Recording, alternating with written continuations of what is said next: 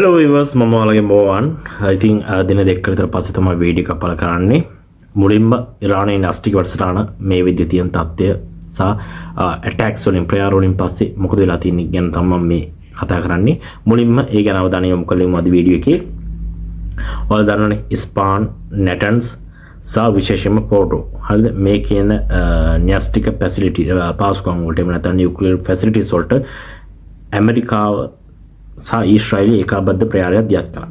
හරිද? GBU-57 ඒ කියන bunker බස්ටර් බෝම්බ යොදා ගනිමින් B2 ස්ප්‍රිට් යාන යොදා ගනිමින් ඇමරිකාව ෆෝඩෝ කියන නියුක්ලියර් ෆැසිලිටි එකට ගහද්දී මධ්‍ය ධනිමෝදයේ තිබ්බ ඇමරිකානු තව සබ්මැරිනියක් නැටන්ස් සහ ඉස්පාන් වලට ක්‍රූස් මිසයිල් එහෙම නැත්නම් ටොමාහොක් ක්‍රූස් මිසයිල් 30ක් විතර එල්ල කළා මේ ෆැසිලිටි න්‍යෂ්ටික පාසුකම් විනාශ කරා කියලා කිව්වා.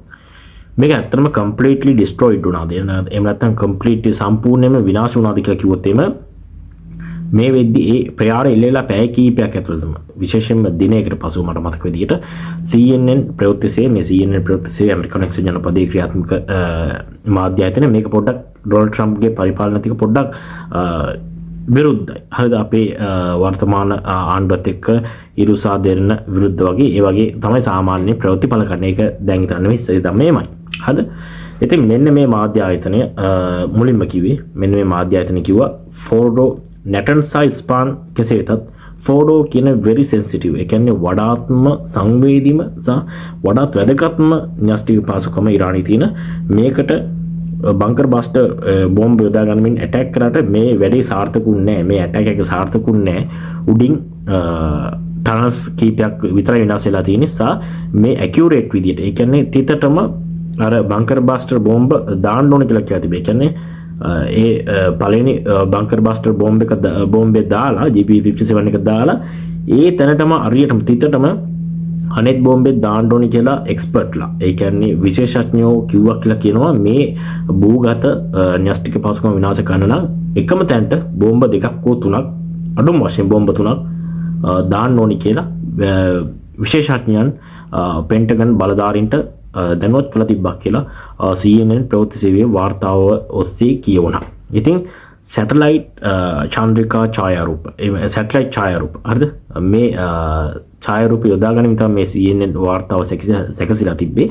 මේ වාර්තාවේ හරියටම පෙන්නවුවා එකම තැනකට නෙවෙයි GBU-57 කියන ඒ බෝම්බේ වැටලා තිබ්බේ තැන් කීපයක එකම තැනට හරියටම වැටලා තිබ්බේ නැහැ කියලා CNN ප්‍රවෘත්ති සේවයේ එක්ස්පර්ට්ලා මේ විෂය සම්බන්ධව එක්ස්පර්ට්ලා විශේෂඥයෝ ගෙනල්ලා වාර්තාව සකසලා ඒ විශේෂඥයන් එක්ක සාකච්ඡා කරන සමුඛ සාකච්ඡා පවත්වමින් නිරාවරණය කරා මේ ඇටැක් එකේ ස්වභාවය. ඉතින් ඒ CNN ප්‍රවෘත්ති සේවා වාර්තාව සහ සැටලයිට් ඡායාරූප අධ්‍යයනය කරද්දී අපිට පේන්න තියෙන දේ තමයි ඔවුන් කියපු කාරණේ ඇත්ත GBU-57 කියන බෝම්බ හරියටම ඇකියුරේට් විදිහටම එතනට වැටුන්නේ නැහැ කියන එක පොඩ්ඩක් පිළිගන්න පුළුවන් සාක්ෂියක් විදිහට තියෙනවා. කොමාරි මේ මොසාඩ් සංවිධානය දෙන ඊශ්‍රායලයේ බුද්ධි සේවා සංවිධානය. ඉතින් බුද්ධි සේවා සංවිධානයේ මේ ඇටැක් එකෙන් පස්සේ කියන්නේ GBU-57 බෝම්බ එළුවට පස්සේ බංකර් බස්ටර් බෝම්බ එළුවට පස්සේ ඊශ්‍රායලි පැත්තෙන් මත උනේ මේ ප්‍රයාරය සාර්ථකයි ඇමරිකාව දියත් කරපු මේ ප්‍රයාරය සාර්ථකයි. ඔවුන් ස්ටේට්මන්ට් එකක් ඉෂු කරා. ඒ කියන්නේ ප්‍රකාශයක් රිලීස් කරා. ඔවුන් රිලීස් කරපු ප්‍රකාශය කියුනේ අපි මේ ඇටැක් එකෙන් පස්සේ මේ කියන අපේ මොසාඩ් සංවිධානයේ නියෝජිතයන් ඉරානය තුල ඉන්නවා. ඉතින් මේ කියන ෆෝඩෝ කියන නියුක්ලියර් ෆැසිලිටි එක අස්සට ගිහින් බැලුවා කියලා කියනවා මේ වැඩේ සාර්ථකයිද කියලා. ඔවුන්ගේ ප්‍රකාශය නිකුත් උනේ මේ වැඩේ සාර්ථකයි. ඇතුළත භූගත ෆැසිලිටි එක පාසුකම විනාශ වෙලා තියෙනවා කියන එක තමයි මොසාඩ් අදාළ නියෝජිතයා මොසාඩ් සංවිධානයේ ප්‍රධානියා ඔස්සේ ඊශ්‍රායල් අග්‍රාමාත්‍යවරයා දැනුවත් කළා තිබ්බේ කියලා මේ වෙද්දී ඊශ්‍රායලයේ පැත්තෙන් ප්‍රකාශයක් නිකුත් වෙලා තියෙනවා. මේකත් පරස්පරයි. ඒකට හේතුව තමයි මේ වගේ නියුක්ලියර් ෆැසිලිටි එකක් යුරේනියම් තිබ්බා කියලා කියන ෆැසිලිටි එකක් යුරේනියම් ආශ්‍රිතව වැඩ කරපු ෆැසිලිටි එකක් මේ විදිහට බංකර් බස්ටර් බෝම්බ යොදාගෙන භූගතවම විනාශ කරලා තිබ්බනම් ඒ වෙද්දී විකිරණ කාන්දුවක් වෙන්න ඉඩ තිබ්බා. හරිද? මේ විකිරණ කාන්දුවක් වෙනවා නම් කොහොමද මොසාඩ් නියෝජිතෙක් ඒකත් එක් පුද්ගලෙක් ඇතුළට ගිහින් නිරීක්ෂණය කරන්නේ ඒකත් නෑ. තමන්ගේ රටේ නොවන පිට රටක යුද්ධයක් පවතින වෙලාවක මේ පාසුකම අස්සට ගිහින් භූගතව තියෙන පාසුකමක් ඒක අස්සට ගිහින් කොහොමද නිරීක්ෂණය කරලා දාලා වාර්තාව දෙන්නේ කියන එක ගැන මට පොඩි සැකයක් තියෙනවා. ඔයාලට ඒ සැකේ තියෙනවා නම් ඒක විශ්වාස කරන්න පුළුවන් නම් යට කමෙන්ට් එකක් දාන්න. විශ්වාස කරන්න බැරි වුණත් කමෙන්ට් එකක් දාන්න අමතක කරන්න එපා. මේ තමයි ඉරානයේ න්‍යෂ්ටික වැඩසටහනේ මේ වෙද්දි ප්‍රයාර එල්ලුණාට පස්සේ තියෙන තත්ත්වය කොහොමයි නැටන්ස් සහ ස්පාන් නම් ලොකු ආනියක් ඩැමේජ් එකක් වෙලා තියෙනවා කියලා පේන තියෙනවා. නමුත් සෙන්සිටිව්ම අතිශයින්ම කී ලොකේෂන් එක තිබ්බ ඉතාමත්ම වැදගත්ම සංවේදීම ඉරානයේ න්‍යෂ්ටික වැඩසටහන සම්පූර්ණයෙන්ම තියෙන්නේ මේ ෆෝඩෝ කියන ෆැසිලිටි එකේ. ඒක විනාශ කරන්න බැරි වෙච්ච එක ගැන මේ වෙද්දි ඇතැම් මාධ්‍ය ඇමරිකානු ජනපතිටත් ඒ ඇටැක් එක දියත් කරපු අයටත් චෝදනා එල්ල කරන්න පටන් ගන්න තියෙනවා. ඉතින් දැන් මොන වගේද කියන්නේ ස්පාන් ගියා නැටන්ස් ඉවරයි ෆෝඩෝ වලට සීමිත ආණි වුණත් ෆෝඩෝ ක්‍රියාකාරීත්වය මට්ටමේ තියෙනවා. නමුත් ආණි වෙලා තියෙන පොඩි ප්‍රමාණයක් හරි. දැන් කොහොමද නියුක්ලියර් ප්‍රෝග්‍රෑම් එක යන්නේ? ඉතින් ඉරානයේ පැත්තෙන් කියන්නේ එන්රිච් කරන එක. එහෙම නැත්නම් පිරිපාදු කරනවා කියලා හිතමුකෝ. අපි පිරිසිදු කරනවා. මේ කියන යුරේනියම් පිරිසිදු කරනවා. යුරේනියම් පිරිසිදු කරපු ප්‍රමාණය සාමාන්‍යයෙන් 100%ක් ඉක්මවට පස්සේ ඒක 100%ක් තමයි අමාරුම. ඊට පස්සේ 100%න් පස්සේ ඉක්මනින් 20ට යන්න පුළුවන්. 40ට යන්න පුළුවන්. 60ට යන්න පුළුවන්. 60ට ගිහලා තියෙනවා කියලා කියනවා. 90ට යන එක තමයි වැදගත්ම දේ. ඒක තමයි 90ට ගියාට පස්සේ යුරේනියම් ඒ කියන්නේ 90%ක්ම යුරේනියම් පිරිසිදු කරවට පස්සේ තමයි නියුක්ලියර් බෝම්බ් එකක් නියුක්ලියර් බෝම්බයක් වෙපන් එකක් හදාගන්න පුළුවන් වෙන විදියට බල ගැන්වෙලා තියෙනවා. නැත්නම් පිරිසුදු වෙලා තියෙනවා. ඉතින් කොච්චර කිලෝ ප්‍රමාණයක් ඕනද? මොවන් කොච්චර කිලෝ ප්‍රමාණයක් ඕනද බෝම්බයක් හදන්න න්‍යෂ්ටික බෝම්බයක් හදන්න? කිලෝ 15 50 අතර කිලෝ 50 අතර මේකේ විවිධාකාර සමීකරණ තියෙනවා සූත්‍ර තියෙනවා. සරලව ඔයාලට මම කියන මේ විදිහේ කිලෝ 50 කිලෝ 15 අතර පොඩි ප්‍රමාණයක්නේ. වගේ ප්‍රමාණයකින් මෙගාටෝන් 3ක ඒ නැත්නම් මෙගාටෝන් ගානක බර බලැති බෝම්බ දාන්න පුළුවන්. හරිද? ඉතින් ඉරානය සතු කොච්චර ඉන්ඩස්ට්‍රි කරපු එහෙම නැත්නම් පිරිසිදු කරපු කොච්චර කිලෝ ප්‍රමාණයක් තිබ්බද? මේකනේ ලොකුම ප්‍රශ්නේ. ඉරානයේ ගාව යුරේනියම් තියනවා කියලා කිව්වා. මේක මේ තරම් ලොකුවට පිරිසිදු කරලා තියනවා කියලා කිව්වා. කොච්චර ප්‍රමාණයක් තියනවද? හරිද? හරියටම ඉරාන මාධ්‍ය පව විතර නෙවෙයි ඇමරිකානු මාධ්‍ය පව කියන්න පටන් ගත්තා. ඉරානයේ සතුව තිබූ පිරිසිදු කරන ලද යුරේනියම් කිලෝග්‍රෑම් 400 ඔවුන් ඉතාමත්ම රාශිගත ස්ථානයක භූගතව තියලා තියෙනවා කියලා. භූගතව ගබඩා කරා කියන එක තමයි මේ වෙද්දි ඒ කියන්නේ මේ ෆෝඩෝ ෆැසිලිටි එකට ගහන්න කලින් දින කිහිපයකට කලින් විශේෂයෙන් ජූනි 19 34 වගේ කාලෙදී මේවා මේ ෆෝඩෝ කියන ෆැසිලිටි එකෙන් අරන් ගිල්ල තිබ්බා කියලා කිලෝ 400ක් වගේ ප්‍රමාණයක් අරන් යන්න පුළුවන්. සහ සැටලයිට් ඡායාරූප මම මගේ Facebook account එකේ දාලා තිබවල බල ගන්න පුළුවන් වෙන විදිහට මේක දාන්න බෑ කමියුනිටි ප්‍රශ්නයෙන් නිසා මම පුළුවන් වුණා දාන්න. ඉතින් මේ විදිහට අරන් ගියා කියලා තමයි අදාළ මාධ්‍ය වාර්තා පිටුනේ ඇමරිකානු එක්සත් ජනපදයේ චන්ද්‍රිකා ඡායාරූප පවා අධ්‍යයනය කිරීමේදී පෙනී යන්නේ. හරි. ඔයාලා දන්නවනේ ඇමරිකාවත් එක්ක සාකච්ඡා වට කීපයක් පැවතුණා කියලා.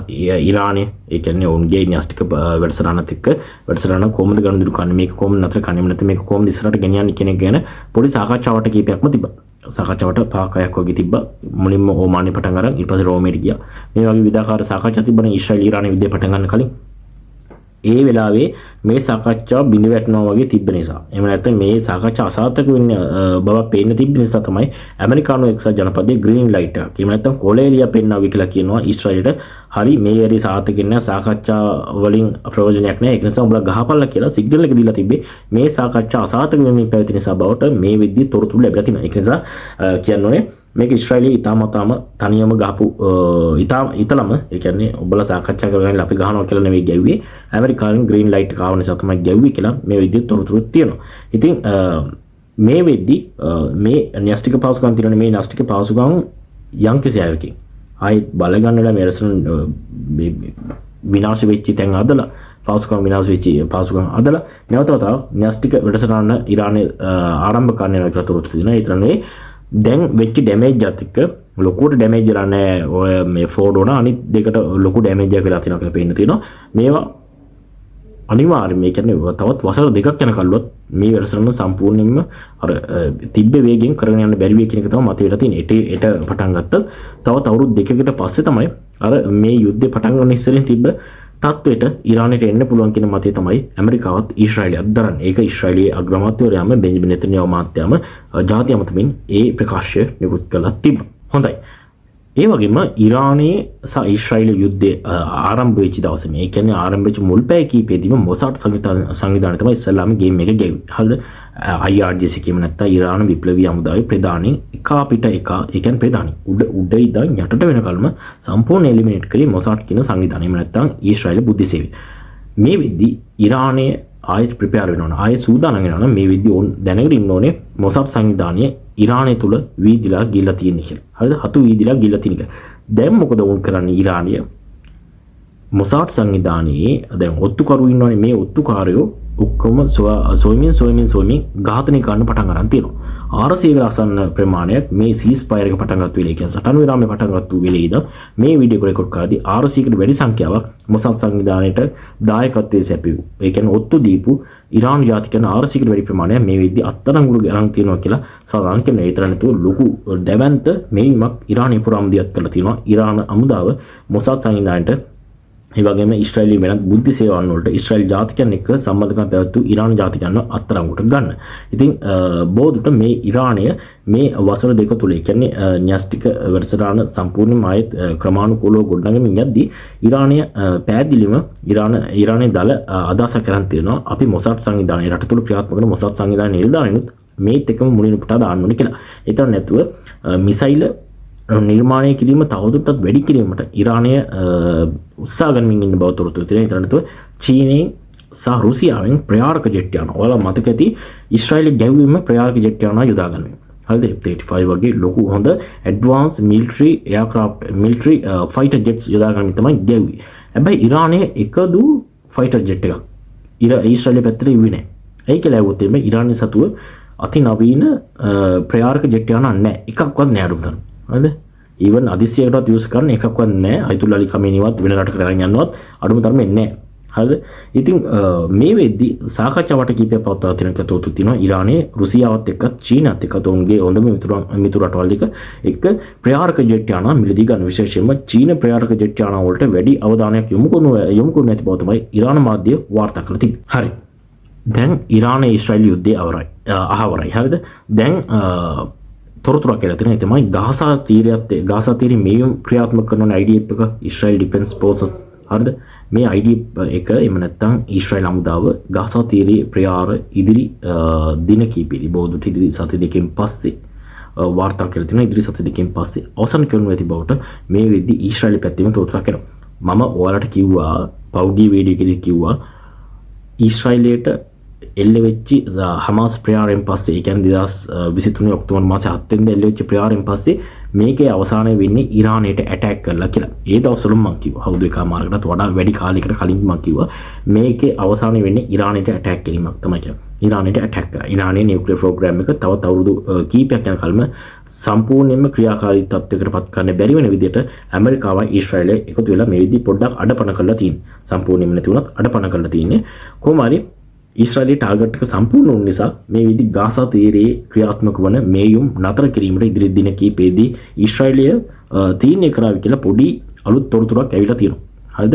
ඒ තරම්ක මේක සාකච්ඡා මට්ටමේ තියෙන කියලා කියනවා. කොහොමයි ඉදිරි සති දෙකකින් පස්සේ ඊශ්‍රායල් අමුදා ගාසා තීරයේ ක්‍රියාත්මක කරන ලබන ක්‍රියාන්විත මේයුම් මොසාඩ් සංවිධානයේ ක්‍රියාකාරීත්වය පොඩ්ඩක් අඩු කරලා ඒ ගාසා තීරයේ හමාස් සංවිධානයත් එක්ක තියෙන ගැටුම් ආවර කරලා නතර කරලා ප්‍රාණාපකරුවන් ඕස්ටේජස්ලා විදිහට නවත්තගෙන ඉන්න රඳවාගෙන ඉන්න හමාස් සංවිධානයේ ඕස්ටේජස්ලා විදිහට රඳවාගෙන ඉස්රායල් ජාතිකයන් අතුරු විදේශ ජාතිකයන් රිලීස් කරගයි කියලා මේ වෙද්දී මතයක් සහ විශේෂ තොරතුරක් මේ වෙද්දී ඊශ්‍රායල් පැත්තෙන් ලැබෙමින් තියෙනවා. ඉතින් මේ තමයි දැනට අප්ඩේට් එක. කුමාරි මම දැන් ඔයාලට පුළුවන් ඉස්සරහට මේ විදිහටම තොරතුරු ගෙනත් මොනවා කියලා උදේ විශේෂ තොරතුරක් තිබ්බොත් මම අනිවාර්යයෙන්ම වීඩියෝ එකක් ගෙනවා. එහෙම නැතුව variety of ඒ කියන්නේ topics විවිධාකාර මාතෘකාව ඉදිරියේදී නැවතත් මම තොරතුරු ගේනවා. විවිධාකාර දේ ස්වභාවික විපත් ඒ වගේම මේ වගේ දේශපාලනික කාලීන යුද මේ වගේ අප්ඩේට් මම ඉස්සරහට ගේන්න බලාපොරොත්තු වෙමින් ඉන්නවා. එනම් මේ ඉස්රායල් ඉරාන යුද්ධය පිළිබඳ සැකසුණු